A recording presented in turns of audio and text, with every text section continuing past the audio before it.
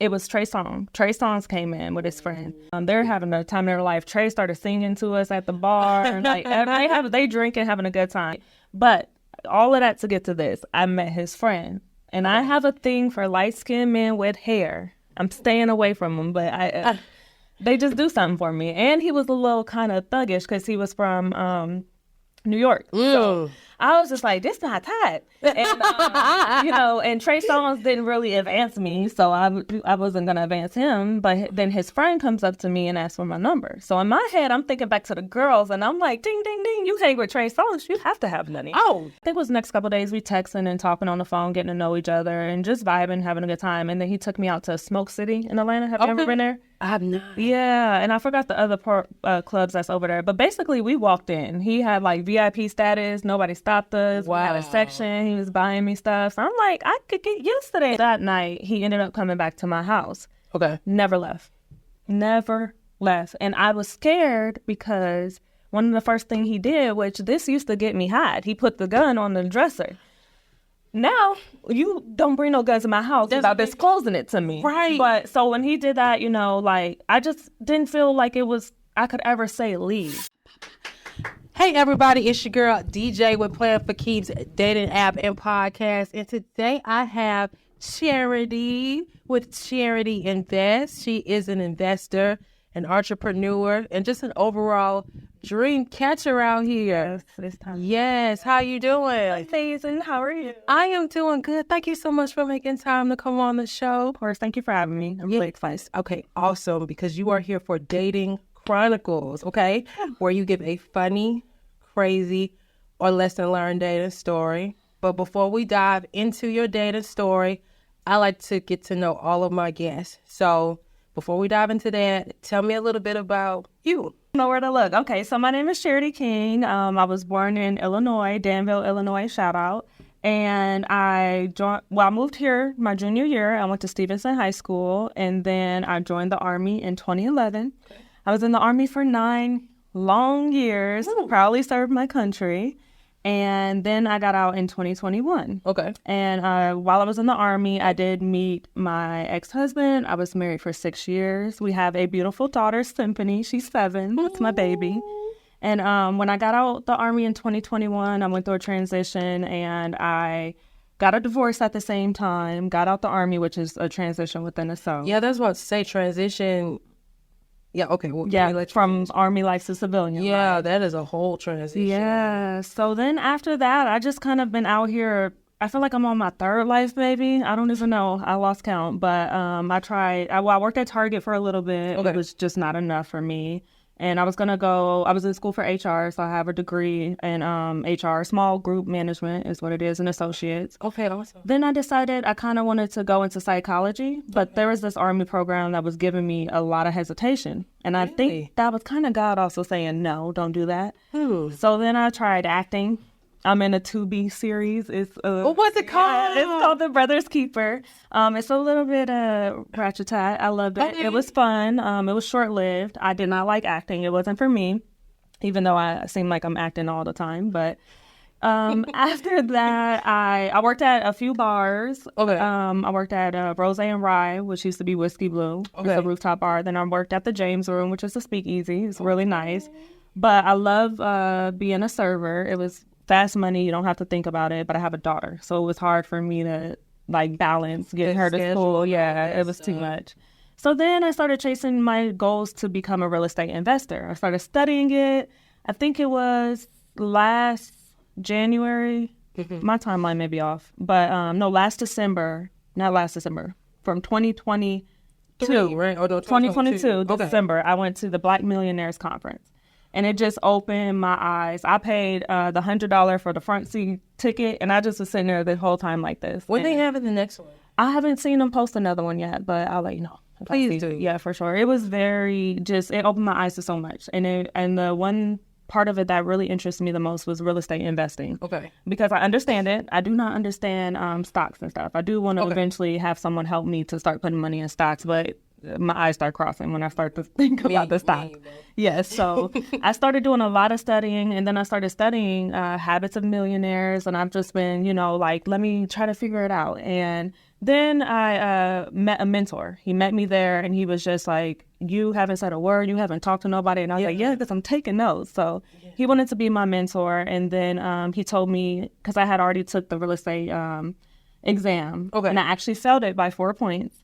And I was devastated, to be honest, because I thought that was just it. And but I'm a veteran, so I get 10 free points. But again, I think this is where God was like, it's not for you, because it takes like 2 weeks for us to mail off our Army documentation. Yeah. And then once we get it back, 10 points automatically added. So I would have been good. It took them 4 months to add my 10 points to it. What? Excuse me. I have acid reflux. Too much information. But I'm over here burping. So I also had stopped working because I will step out on faith. And I also have that cushion as a veteran where I do have some income. Yeah. But that income, especially in Atlanta, is only enough for the bills. There's nothing left for anything else. Wow. So I kind of lost faith a little bit. I was down on my luck. I was just trying to figure it out, trying to keep up with my daughter. Her dad is active, but it ain't enough. They be like, make it enough. It's not enough. You ain't said that, well, girl. So I was just pretty much stressed, down on my luck. And then finally they sent it to me. And that actually happened before I met him. So when I met him, he was like, go ahead, activate your license, use the money you make from real estate to start investing. Okay. So I went into Keller Williams. I love the team I met, everything. But the market, 7% interest rate. Yeah, and I'm a new agent. So, and I was working with DeKalb County social work. They don't make enough either. Yeah. And I think maybe about 3 months working there, I jumped out on faith again. I was like, I know my work ethic. I know people, they know who I am. And I actually got a lot of clients kind of up front when I started working with real estate. So jumped out on faith again. Okay. And let me tell you, God said no. And I am just learning to listen, because I would get clients left and right because people know me, they know my work ethic, and I know I can do it. But every single time it failed. Every single time. And it was everything that I couldn't control. It was nothing I could do to make these deals get to the table. So spent all my savings, and this is all just recent, and back to square one. So I'm just like, I'm stressed, but I haven't given up faith. I just kind of bit the bullet, and I went back to work. So I work with State Farm now, which is a great career. But I'm not going to lie, I'd be sitting there all day like, we really work 8 hours a day. You sound like somebody who can't be behind no desk. You sound like somebody who I do it well. Moving and grooving. Yeah. You can do something well, but at the same time, does it make you happy? No, I be staring out the window just like... Yeah. So I'm doing it now to just get my financial situation back together. And then I have, like I said, I have a lot of goals to move out of the country within the next 3 years. If I could do it sooner, I will. I'm still going to invest in real estate. I already have my paycheck split to 2 different bank accounts. Want to be investing in my show that I do want to start. I have a very interesting and I don't even know what to call it, but I have a story, and I've been through a lot, so much, and I'm only 33, and I've been able to overcome every single situation. I never thought I could in the moments, but now, and I lost my faith in God. I didn't believe in Him at one point because I was like, ain't no way that I'm such a good, loving person, and I keep going through this stuff. Yeah, but now I know why, because I can connect with people. I talk all day. I know I talk all day, and I have a way to connect with people. I never thought I had a talent growing up because I couldn't do basketball. I'm okay at dancing, but it's just no evident, blatant talent. But now that I'm older and I've been through everything, I realize connecting with people and having this empathy I have is a gift, and it is my talent. So that's what I'm going to work on. Wow. To be able to take everything that you've been through and not have a bitter outlook and just, and use... We're going to talk about that work. Yeah. And to be able to just say, I'm here to serve. Mm-hmm. And that's beautiful. Yeah, I'm super excited. And it's all I think about. That's all I think about every day. But, you need the what they say, money to get to get it started. Yeah, it takes a lot to put in. But I'm invested and I'm ready. So. Gotcha. Okay, let me ask you this. What are you sharing now with the world about your story? Say you on different platforms, kind of letting it be known. Yes. What are you sharing now? I share a lot. So I should have sent this to you. My apologies, but I have a show proposal where I wrote out the first 13 episodes. Like, I'm super organized. Have my target audience. I am going to shorten it though, because I don't think people be reading it. That's a whole nother story. But some of the things I go over is just like the insecurities and how life conditions you. Because we all grow up so innocent as children, and then things happen to you, like molestation as a child happened to me from a family member. Wow. And it kind of got pushed under the rug. So I also have one episode where I want to talk about family secrets and how it's not healthy to ignore that stuff. Like, it doesn't help the person who did it or the person who it was done to. So talking about that, I'm probably going to be all over the place because I don't have it in front of me. But I did experience rape in the military. So that's something also I want to share and talk about. I'm 3 years, and I want to say it's an app for that, but I think it's 3 years and 3 months sober from alcohol. I'm recovering alcoholic. Yeah. So I don't drink anymore. I got to a point where I had a seizure because I was drinking so much. Wow. And that was actually after I went into a mental hospital for 42 days after suicidal ideation, because I never really wanted to die, but I didn't want to be here. I was tired of doing it, and I was like, I don't want to wake up. Kind of in then in between. Yeah, that was the first time in my life I was ever selfish, because I didn't think about no one. I didn't think about my daughter if my baby was born. It was just like, I'm tired. I don't want to do it. You think it was postpartum, or she already had a certain It was postpartum. I was going through things in my marriage, and I never put the blame all on him, because I was a raging alcoholic too, so I couldn't imagine, being with me. Excuse me, I really do have acid reflux, y'all. You are good. I don't want to burp in this microphone.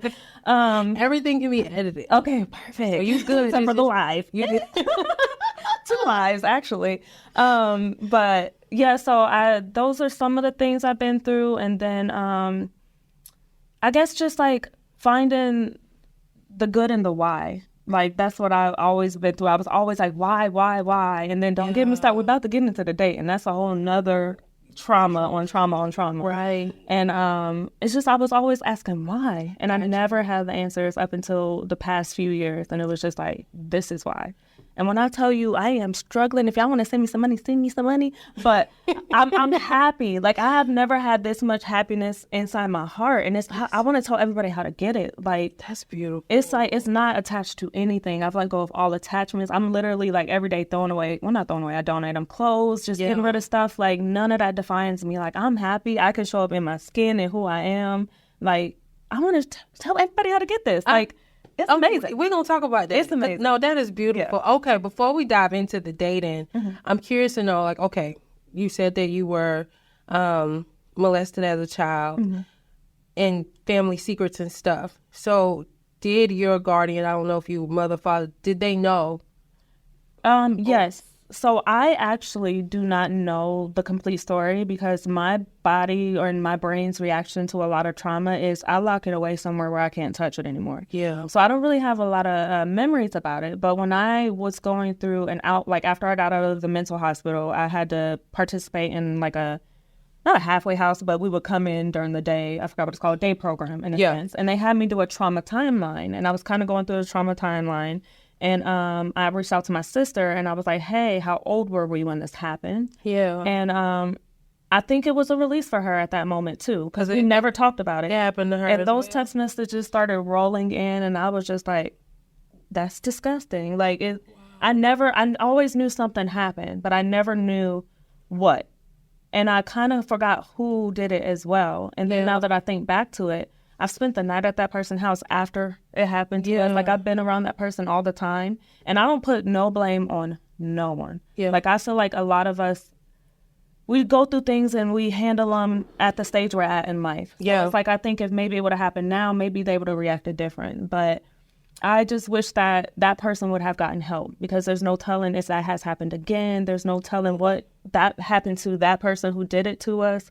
And it's just like, a lot of things I've been through in life could have been healed. Got you. When the memories started kind of flowing back in, and where was your mind at that time? Because I'm pretty sure you weren't at the I'm okay with it like you are now. Yeah.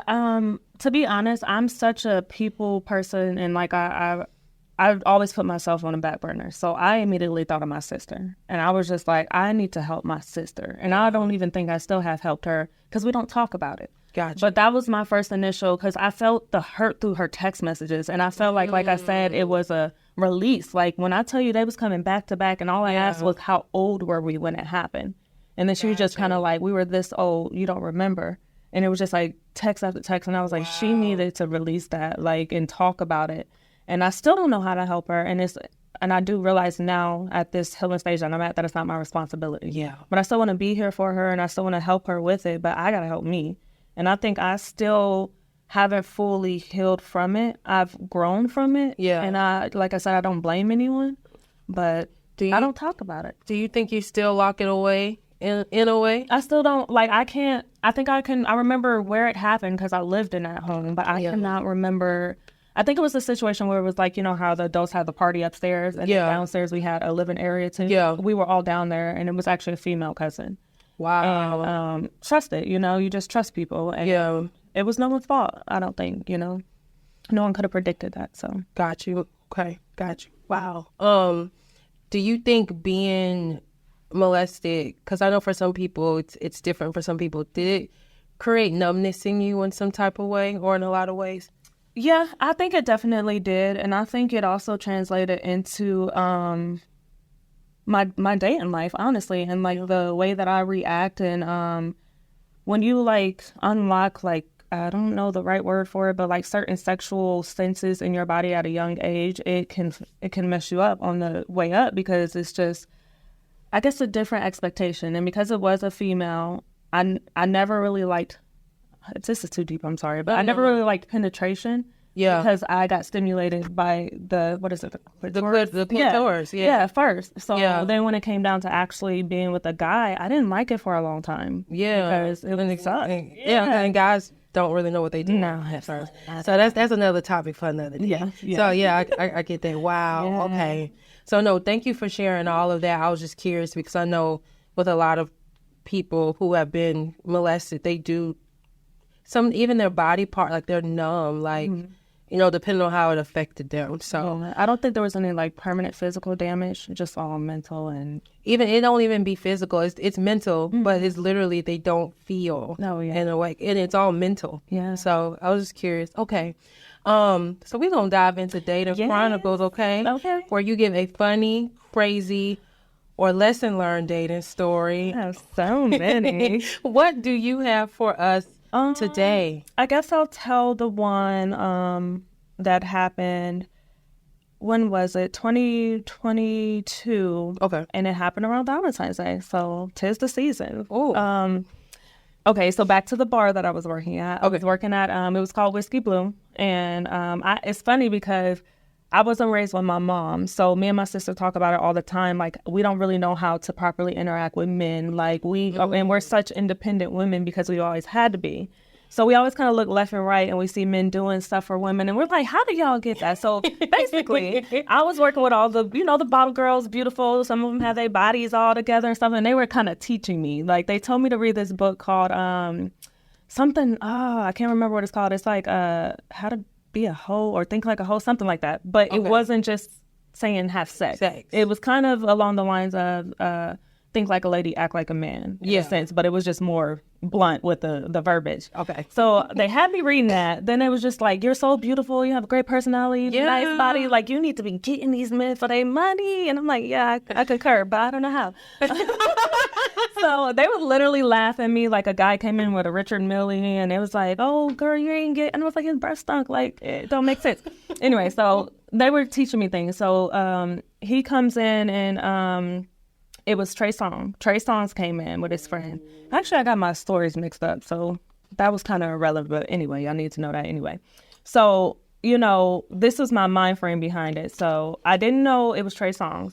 They went and sat the table. It was like a random Wednesday or Thursday that we were working, so it wasn't busy. Okay. And I noticed my manager and his little girlfriend. You know how that be. But they were just over there in the corner. I'm thinking they just being who they are. And then they're like, come here. And I come over and they're like, the manager's like, one of y'all need to serve the table. She looking at me, I'm looking at her, and I'm like, guess I'll do it. And I really, when I'm working, I wonder why she didn't want to do it. scary. Not me, but I really died. Yeah, Trey Songz. yeah, it's Trey Songz. But I really, when I'm at work, especially like at a bar, which is why I was kind of like, why she didn't die? Okay, yeah. But she noticed him when he came in. So it was like 3 girls and 2 guys, or maybe I don't really remember the count. But I go to the table to see if they wanted anything, and it was 2 guys on this side, and they was talking to the girls.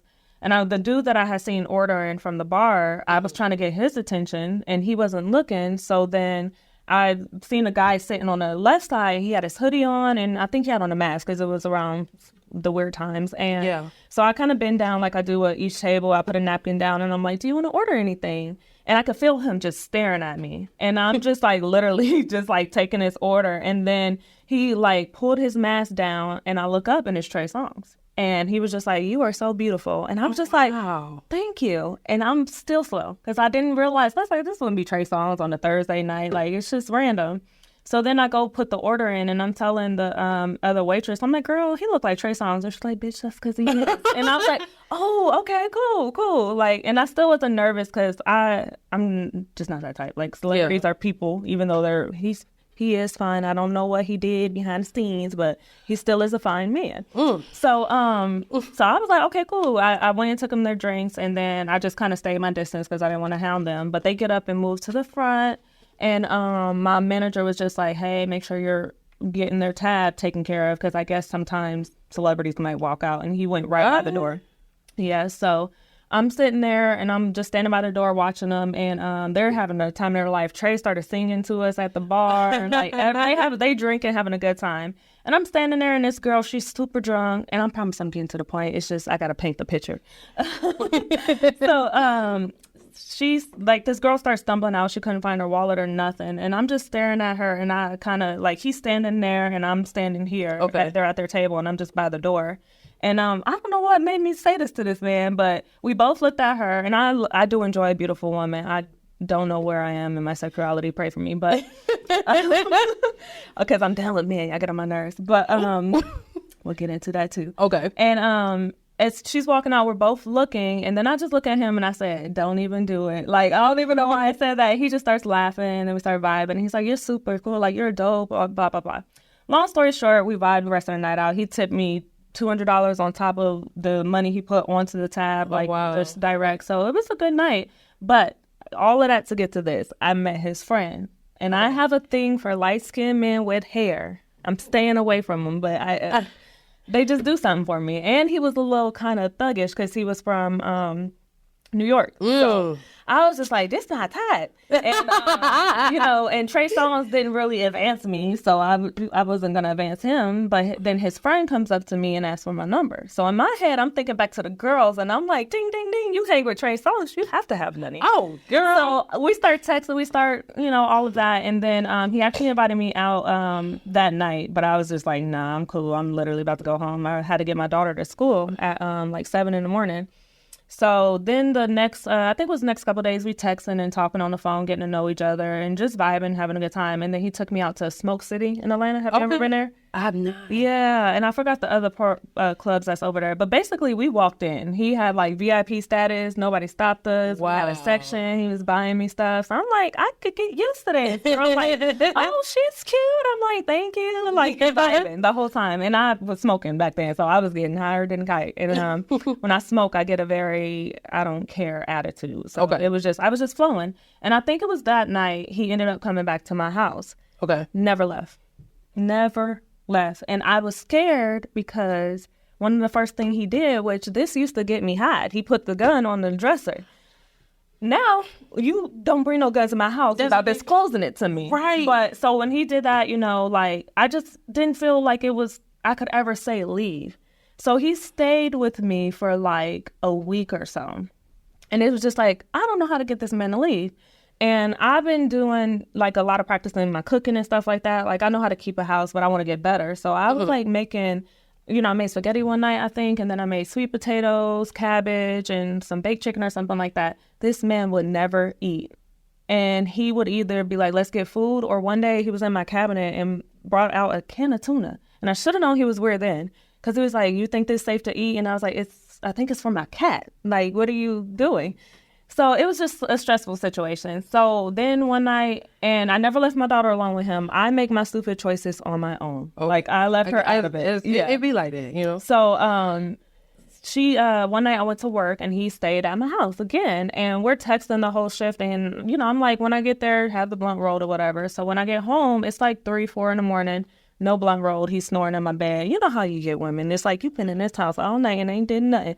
So I'm just like, I do have an attitude. So I go to sleep for like 2 hours and I get up at 6 because my daughter's around the corner with my aunt that's keeping her. So I needed to go get her dressed for school and drop her off. Mm-hmm. So I'm in her room getting her clothes together, and he starts texting me like, you got a stinking ass attitude, da-da-da-da-da. And big Sagittarius, I'm like, I'm not about to text you. I walk in there like, what is your problem? Like, let's talk about it. Like, I'm not about to sit and text you in my house. Like, let's get to the point. So I'm like, what is your problem? And he just starts going off. Da-da-da-da-da. He goes and sits on my patio, smokes a cigarette.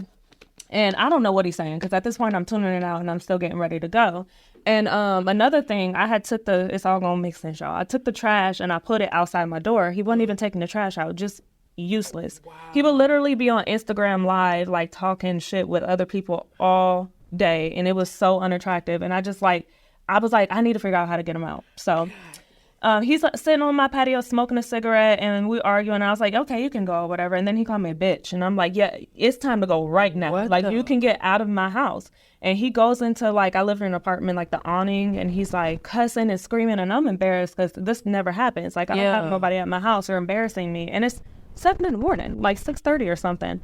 And I'm trying to remember the order of operations, but I used to wear these these Target reading glasses. Okay. And everybody thought I couldn't see. I can see very well. But they were so cute, and they were just like UV blue light glasses. So we get to arguing, and he breaks my glasses, and I guess it doesn't get the reaction that he wants. And he takes my trash bag that was outside the door, rips it open, and throws it around my living room. Spaghetti, yams, cabbage, everywhere. And I'm in shock at this point. Like, I wasn't laughing anymore, because when he broke my glasses, I was just like, okay. But this time, I'm like, that's nasty. So I'm upset, and I'm just sitting there, and I'm like, this is so crazy. And I was like, you really need to leave. And he's outside cursing and stuff. And I later found out he didn't have the money to get a lift home. He didn't have a car. Red flags all over, y'all. I learned my lesson. But anyway, so then after that, like, I go grab his stuff out of my room, and I throw it outside because now I'm mad. Yeah. And that set him off. And he comes back in the house and chokes me up and puts me, like, onto my dining room wall. And I kid you not, I really felt like I was in a movie because, it's fight, flight, or freeze. Yeah. I froze, and I was in my head, and I had, like, faux locks in. So he choked me up, put me on the wall or whatever, and then he started, like, just wailing on me. And he's hitting my head, hit like a little bitch. I didn't really feel nothing. I don't know if it was the hair or if I was still in my head, but I kind of just went down like this. And the whole time I'm just thinking, like, Charity, how did we get here? It's been like a week or a week and a half. Like, how did we get to this point? And that's all I'm thinking to myself in my head. Like, you done undone yourself now, girl. So then I fall over to the side, and this man starts to kick me. And he's like, bitch, I was going to get you something for Valentine's Day. I'm not doing trauma behind Valentine's Day now. And I'm just in shock. And I just couldn't move. I was like, you know what? This is cool, whatever. And then this dirty mouth mofo goes to try to spit on me. That's when it was like, I clicked, because I'm like, you got me messed up. Like, that was on the line. So I hop up, and he's also kind of little. I don't know why the little men always come. He's kind of little, and he was kind of scrawny. So I run into the kitchen, and I grab the biggest knife, and I turn around, and I yoke him up, feet off the ground, because don't play with me. Big Charity, never the little. Ooh. And I actually had to put the knife to his neck, and I, like, indented it a little bit, and I said, leave me alone before I kill you. And then the crazy part about it is, after that, I left. I went to get my daughter to school. I'm crying, but I, of course, suck it up when she gets in the car. Yeah. Then I come back, and he's still there. He does not have the money for an Uber. So he rolls up, and I drive him an hour home. Yes, I lived in Conyers, and I drove him to Atlanta. And I didn't say nothing the whole time. He's trying to talk to me and plead his case. And how you plead your case? Crazy. And once he gets home, I block him. And then he starts to threaten me on Instagram. And he's like, I'm about to expose you. You broke, you this, you that. And I'm just like, what? I stopped responding after a while. And then the last thing that I said to him to get him to leave me alone is, please leave me alone. I am trying to keep a young black man out of jail. I had the messages and everything where he apologized for kicking me. I apologized for this. And I was like, leave me alone before you end up in jail. And that was how he left me alone. And then like a year later, I seen him still walking.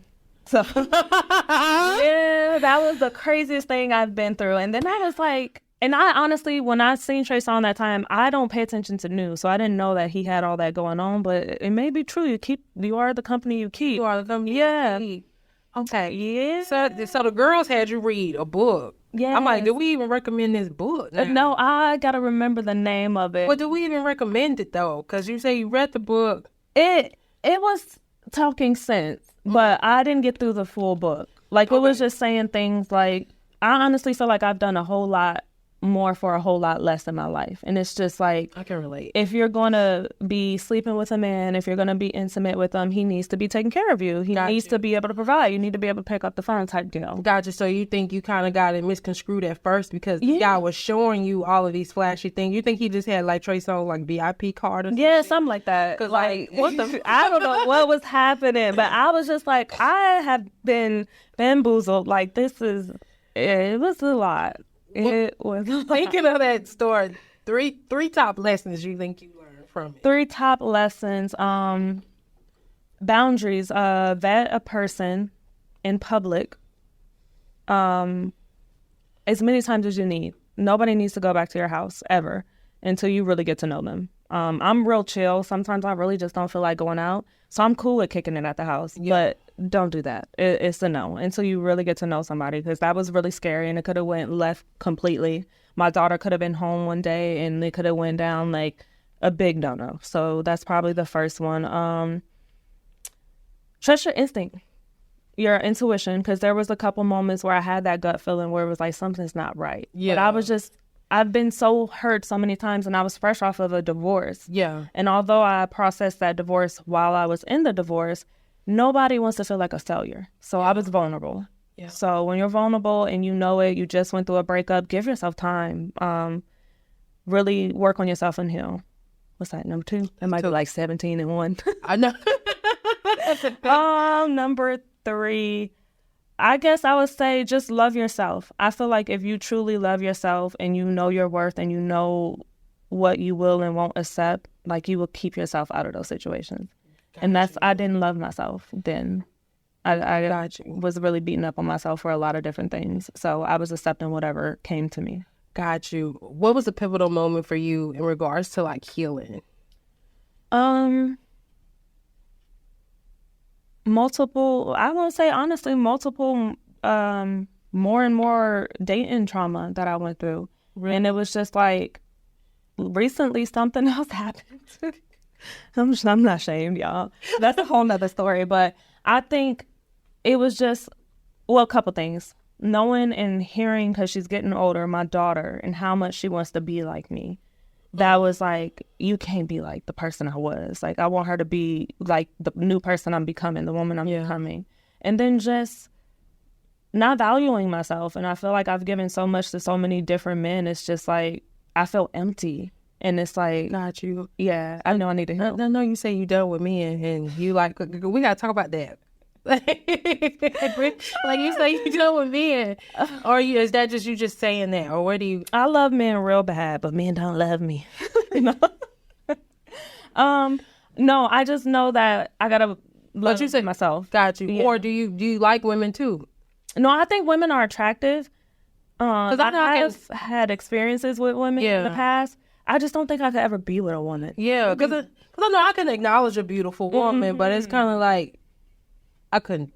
Yeah, I don't know. I honestly don't know. I'm open to try a lot of different things and see. Well, I'll tell you this. I know this lady, she was with men. Mm-hmm. She went ahead and she started dating women because she had a lot of trauma and stuff like that. She ended up running into the same issues she had with men, with women. And then it's just women fighting. Right. You know what I'm saying?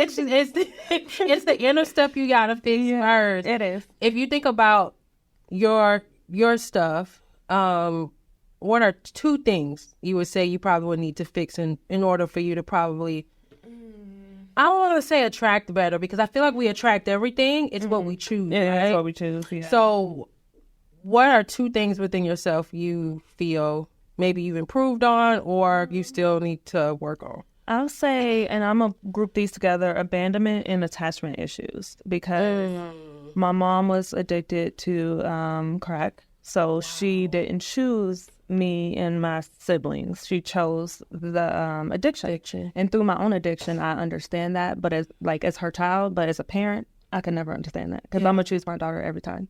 So that's, that. And my dad, he did his best. He really did his best, and I love him. He is really a king in my eyes. But I do acknowledge that he had a drinking problem. Yeah. So there was often times where he didn't choose us either, because he would choose the alcohol. So it runs deep. And then also, when I got a divorce, there was a period of time where if he would have chose me, I would have stayed.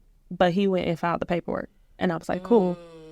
And then a lot of times I run into... I'm such a Sagittarius. I either like you a lot or I don't like you at all. Yeah. And I feel like there's no in between. You get one thing or the other. Yeah, there's no in between. And I feel like I give way too much way too soon. And it's not just sex. Yeah. I don't sleep with everyone, but it's just me. Like, I'm available. Like the shirt off your back. Yeah. And I'm such a caring person just in general. Like, I love people. I don't like a lot of people, but I love people. Do you think when you really start like digging into your businesses, you'll probably find another way to serve that way? I think that's what does it for me. Like, because I was taken advantage of a lot in the past due to me just always giving and always being available. And once I started, like, okay, let me try to serve in another way. So this came about, the dating app came about, and now I set better boundaries because of it. Yep. So that's my little scapegoat. Yeah. So I think that I've been going through that a lot. I literally blocked. Oh, wow. You know a lot of damn people. I do know. I network, like, it's a gift. That's a gift, too. I network like anything. But throughout the 25, like, it was like, I also, in Atlanta, I'm sorry, if you ask for my number, I'm probably going to give it out of fear. I give it, too. And then after they call me, I block it. I'm not giving a shit sometimes, but half the time it's just what you're doing text. But some of them were just the men who just weren't consistent. And then a lot of them were exes. I always left the door open and I didn't have any resentment in my heart. But then I realized they would pop back in when it was convenient for them. That's something I had to learn.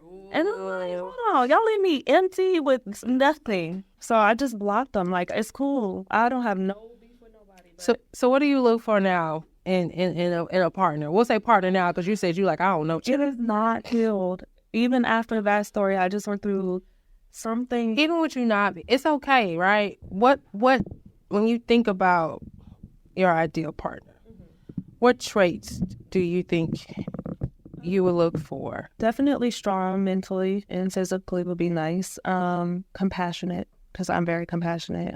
Considerate and kind, all wrapped up into one. Motivated, determined. Have their own life going on as well. But that's a big one. Have their own life. I can't do the sit nothing happen. The other ones were real. The other ones were real good that you mentioned too, but I feel like even a narcissist can show you those traits at first. True. And then love bomb you and then totally flip it. I know one of my big ones that I look for integrity in everything, like even and really watch how they treat people. That's exactly what I was going to say about those other ones. Like, it's not towards me, because you, like you said, you can lie to me, but I pay attention to how they treat people around you. If they go to the grocery store, like, you know what I mean? Kind. So, I'm still learning though, but I am on a 90-day no dating, nothing, because I'm on punishment.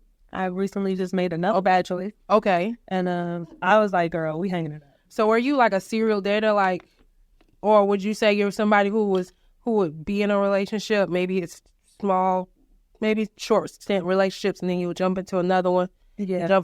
Okay. Yeah, not on purpose, but hopeless romantic and just wanting something. Like, I want companionship real bad. Yeah, that Pisces is Venus. It got to be your Venus, because it got to be the Venus, bro. It gotta be the Venus. Yeah. And I'd be like, I'm a lover girl real bad. Like, I really do believe in true love, and I'm not giving up hope. Okay, I'm just shifting that towards myself. I think that's cool, and I think that'll help. What are you doing throughout your 90 days? That just turned off to your slate. Something popped up. Oh no, they're trying to come on camera. Okay. No.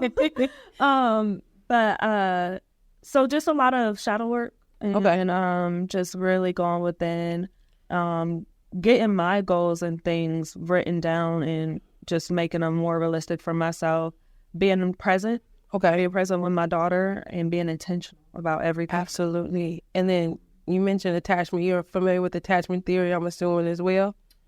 I don't know why I thought you... Okay, no. Maybe. I don't know what it is. Attachment theory is based off of 4 different attachment styles. There's the anxious, the dismissive avoidant, the avoidant... No, fearful avoidant, sorry. And then there's the secure attachment style. I thought maybe you knew yours, because then I don't want to assume you're an anxious. It's probably between fearful and anxious. Most likely anxious.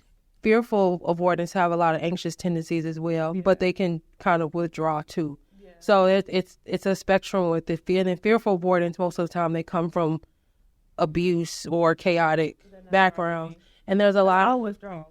Yeah, so there's you know what I'm saying? So I was going to ask, how do you deal with, like, your anxiety? I don't have the answer. That's why I was like, let me just put dating down right now and just really heal myself, because I have no answer. Got you. Okay. Yeah. Are you get my feelings hurt every day? You talk? Are you talking to a therapist or a coach? So no, I need to find one. The Army is weird, and they have you go to different ones, and I'm tired of explaining my story over and over again. I'm not trying to stop that. Got you. And I need to find one. Talk to her and see if she'd be a good fit. Yeah, see if she. Yeah. Yes. Yeah, I definitely would love to. Okay, so we're gonna dive into these questions that she picked out for us. My first one. Spirit. I'm sorry. Let me get this. Okay. Right. Do you have any unusual pet peeves while in the dating phase? Unusual? You sound like me. Probably not. I know I don't have one. I know I gave an example of, like, a guy he slobbed on accident, and it totally turned me off. I was like, yeah, next. Oh, yeah, don't get out the car and your booty crack showing. I'm like, ew. Right, that automatically turned you off. About. No, I can't really think of one. I think. Yeah, stuff like that, but that's not really like a unusual. Yeah, I'm super understanding. So, like, one of the guys I recently was talking to, I feel like he catfished me. And then when I met him in person, I still was just like, I'm not even going to be mad about your body, because that's something you can change. Yeah. But I think the biggest thing for me is just saying you're going to do something and not doing it. Because I don't act. Yeah. They love to talk to me. They always like, I'm going to do this, I'm going to do that. And I just like, okay. Yeah. I'll never come through. And I'll be like, that's annoying. We get off. Got you. I'm good. Got you. Okay, let me ask you this. Have you ever felt like you were emotionally available to the wrong people? How or did you handle it? Yes, always. Heart on my sleeve, and I'm very communicative. So if I like you, you're gonna know. Yeah. And it's terrible because I'm super nice, and I think, like, they don't know the other side of it. Yeah. And it's like, they always get mad when I have to put on that other side. And it's like, you chose this. Like, you should have, taken it. Yeah, don't take advantage of the nice, sweet version that you're getting. Absolutely. People love to test and push limits. It's very sad. What was your first one-night stand like? Oh, wow. Spirit did not pick this card, right? Spirit is messy. Right. Messy. Wait, what was the question? When was what? Right. Guilty as charged. Spirit didn't pick this card. Okay, this is supposed to be for the dating game. I don't know how this card get in. Okay, what was your first one-night stand like? You could just give it one word if you want to. You're awesome. I was just about to say awesome. It was. Yeah. I've had some shitty one nights. Yeah, so I'll just be like, all right, thank you. What's the worst date you have ever been on? Date? Yeah. To be honest, I have not been on a lot of dates. Really? I can relate to you there. I think I had one bad date, and that was far and few in between of the dates that I've been on as well. Because kind of like you said, kind of laid back, go with the flow. Yeah. If the dude is the type, well, you can come over my house and chill. That's what I was on a long time ago. Mm-hmm. Now, I'm not really out there dating right now, but now I know when it's time for me, kind of like you, that's going to be something that's mandatory. Yeah. You know what I'm saying? They don't have to be right. Super fancy, like a public place. Right. To have children. That's right. Other pet peeve of mine. Like, what are you doing 7 o'clock at night? I'm mommy. Yeah, right. Like, but I was gonna say something. The date. I think it was that mentor that I mentioned. Yeah. I had got my real estate license, and he was like, "Let me take you out to celebrate." He thought it was a date, and it wasn't. It was just a celebration, and that's when he revealed he liked me, and he is no longer my mentor. I hate that. Oh my God. Yeah. That was probably the worst. You was able to put your boundary down though, it sound like. But it's like I don't like doing it. Yeah. I just like, I'm sorry, I don't feel the same way. Like, and then now we can't really work together because it's awkward. Really? Oh my God, that sucked. Yeah. I would have went right on along, tried. He probably was like, hell no. I should have took his money too, but I don't know how. Y'all teach me. Teach me how to take. No, I'm kidding. Yeah, you ain't like that. I think that's more what it is. It is, because some men will offer, and I'm so quick to be like, oh, that's cool. You gotta learn to receive. I do. There's a big barrier. That's something you can work on within your 90 days, even if it's just with friends. Oh, just saying okay, and just taking it. Like, no, it's okay. Yeah, you gotta work on that. And when people do that to me, and they be like, no, it's okay, I still insist. But like, oh, it's okay, cool. Yeah, see, yeah.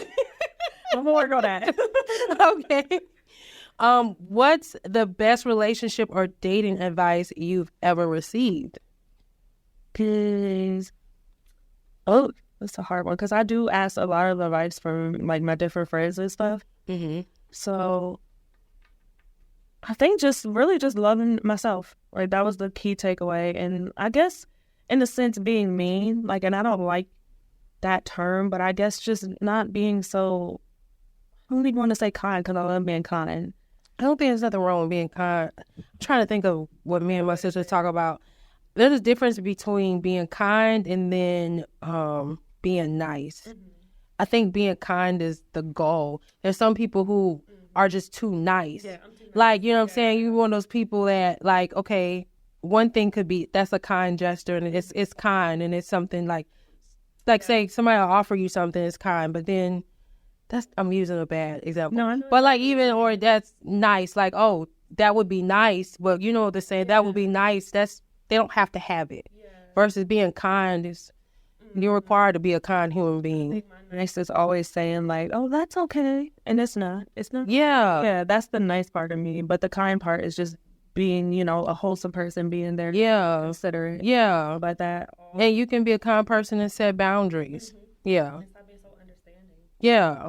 Yeah, because you can be all of that and be kind. It's the nice. And I make excuses for people too. And they don't even ask to be excused. So they can make sense. It's okay. I feel you. I feel you. Oh my God. Maybe they got this going on. Yeah. They know what they doing. Damn. What? God, it's cold. It's coming out. What do you love about yourself? Oh, where do I? Yes, list it out. Love me some me. I would used to say my resilience, but I'm moving away from that. I do not need resilience anymore in my life. Okay. I think just my ability to be who I am, no matter where I am.